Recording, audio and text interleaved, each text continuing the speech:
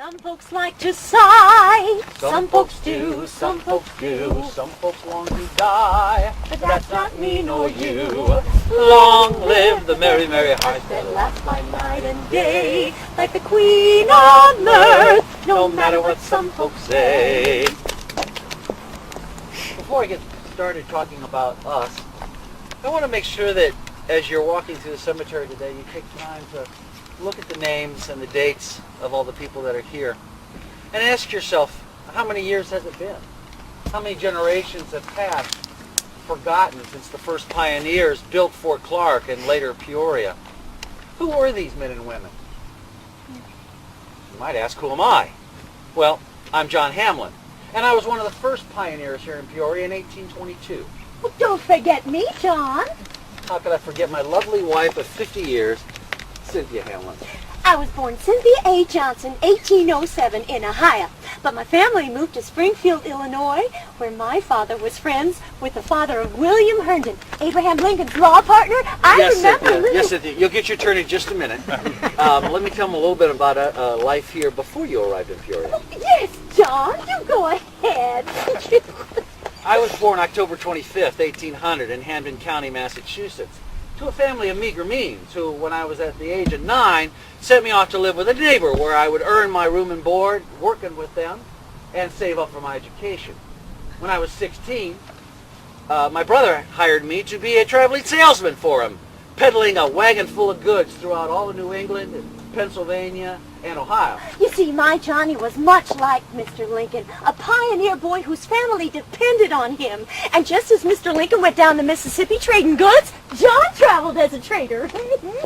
I took to the open road easily, and I loved the traveling life. And when I was 19, I headed over the Allegheny Mountains for the last time towards St. Louis. On the way, I came across a group of gentlemen heading for Sangamon County, and I decided to throw my lot in with them. It was in the spring of 1821, traveling up the Illinois River, that I came across Peoria. Well, what was here at the time was 2 log cabins and the ruins of old Fort Clark. But I saw potential here. And so the next spring, I loaded up my entire wagon of goods, came up here and built the first trading post. He was even elected the first justice of the peace. Selected more than elected. There weren't a whole lot of people to do any voting back then. But Peoria County did go all the way up north to Chicago. I was hired in 1823 by William S. Hamilton. He was the son of Alexander Hamilton, the Secretary of Treasury. To drive a herd of cattle all the way up to Fort Howard at Green Bay. Now, you can probably imagine driving a herd of cattle through some open plains or even driving cattle down a well-beaten path. But can you imagine driving a herd of cattle through the untracked forests? 350 miles worth. It was difficult, and we actually did have one little incident that had to be taken care of. You see, we lost 2 head of cattle. Now, I had been hired because of my knowledge of the countryside and because of my familiarity with the ways and customs of the natives who lived here. So I set out to track these cattle, and that's actually pretty easy to do, looking for cattle prints in the middle of the forest. But I noticed as I was tracking these cattle that right alongside those cattle prints were moccasin prints. And I had an idea where they were going. So I headed to the nearest village where I found the natives busy stoking up the fires and sharpening knives for one heck of a barbecue. Now, as you can imagine, it wasn't going to be just a string of beads or a few fancy trinkets. It was going to take some powerful persuasion to get those cattle back alive. Well, John, you always were persuasive. Well, I finally did get them back, and we finally did make it up to Fort Howard in 30 days. Now, it was on the way back from Fort Howard that I stopped by in Chicago at Fort Dearborn, where I had been asked by a Dr. Wolcott to perform a wedding ceremony between him and his lovely young fiancée, the Kinsey girl. Now, to some of you, that name may mean something, because her father, John Kinsey, was the man who bought the fur trading post from Jean-Baptiste Dusable, the French-Haitian man who founded Chicago. Now, I knew of Dusable from the time that he had lived here in Peoria, and I had heard it said of him, a finer Negro you will never meet. It was also while I was up in Chicago that I was hired by the American Fur Trading Company to be their man in the Illinois Valley. Now, that meant for me that I had to establish a trade route from Chicago all the way down to St. Louis by keelboat. Now, that was something that the French explorer Robert LaSalle had tried to do many years before, but it failed. But John succeeded. And it was on one of these trips while passing through Springfield, and I was staying at the Indian Queen Hotel. Abraham Lincoln slept there. And so did I. And that is where I met the woman who was going to become my second wife, Miss Cynthia Johnson. Go ahead, Cynthia, it's your turn. Oh, thank you, John. Well, you see, John's first wife passed away just months after their wedding day. That must have been very hard on you, John. Well, it was. But see, I figured the fates had decreed long ago that you were going to be my one true love. And we spent our honeymoon loading up all of her stuff and moving it up to my little log cabin in Peoria. Oh, but I loved that time in our life. That little trading post was the center of activity in this town, supplying the new settlers as well as the Indians who treated us like kinfolk. What was that name they called you? Dances with Wolves. Putakistia. Yes, that's it. Putakistia, which means wooden blacksmith. You see, John had a foot lathe, and he was turning out rails and chairs for legs and other pieces of furniture. Oh, people were coming into that store every day buying goods. The Indians would come with their furs and their pelts, trading them for beads, copper kettles, knives, hatchets, especially in the winter when the furs were prime. It wasn't unusual on a particularly bad weather night for the Indians just to throw down a mat and sleep on the floor in our cabin. As long as they were sober. Some folks fret and scold. Some folks do, some folks do. They'll soon be dead and cold. But that's not me nor you. Long live the merry, merry hearts that last by night and day, like the Queen of Mirth, no matter what some folks say. That little trading post flourished, which meant that John was often gone for weeks or months at a time, buying goods or establishing new trade relations with a new tribe. He even built another trading post over in Mackinac, which back then was the county seat of Tazewell County. He spent more time over there than he did in Peoria.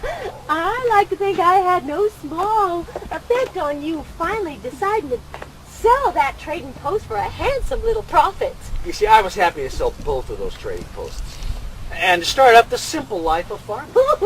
Simple? John never did a thing half-baked. We planted 400 apple trees on that bluff above town, and then he goes and builds the first grist mill along with the Sharp brothers, boys, yeah. Those neighbor boys.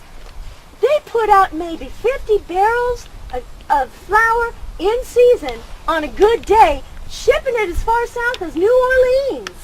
Yes, but with the depressed price of flour in those days, there wasn't a whole lot of profit in that venture. Oh, no. The profit was in selling that mill, John.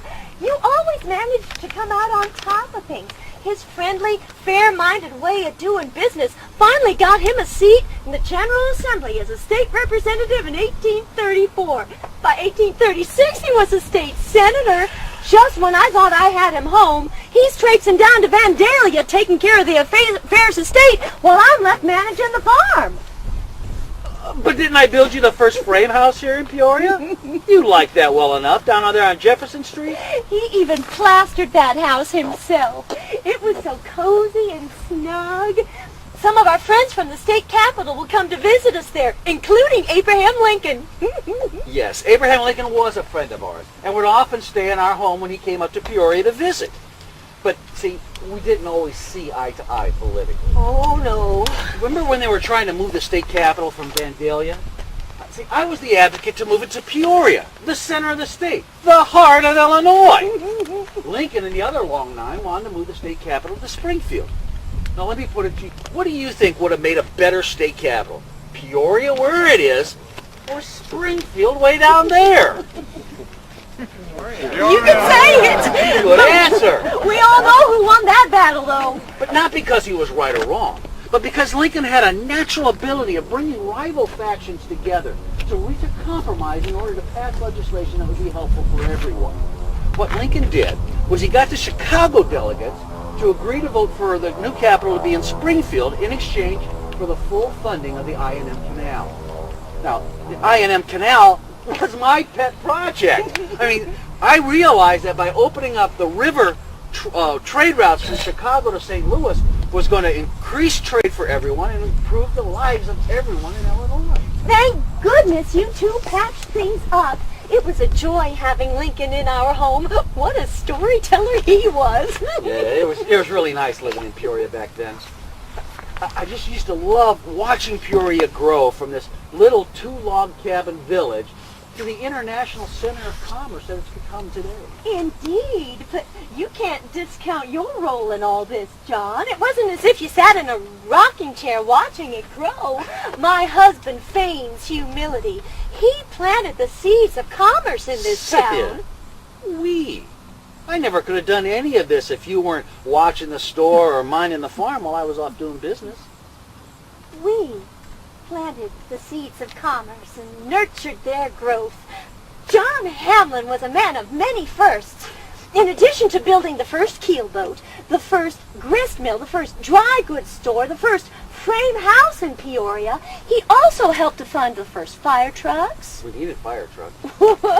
The first steamboat. He founded the Second National Bank. He was instrumental in establishing public education. Could you come back and start that again, please? He was also the president of the Old Settlers Society. We weren't that old. Which I helped to manage after his death. John passed away in 1876. We never had children of our own, but we did adopt a beautiful girl and named her Virginia. John provided well for us in this life, and after he was gone, I never wanted for a thing except him. Peoria remembered who we were, what we had done. Peoria honored the early pioneers and made me feel like royalty. Some folks toil and slave, Some folks do to build themselves a grave. But that's not me nor you. Long live the merry, merry heart that laughs by night and day, like a queen of mirth, no matter what some folks say. Thank you.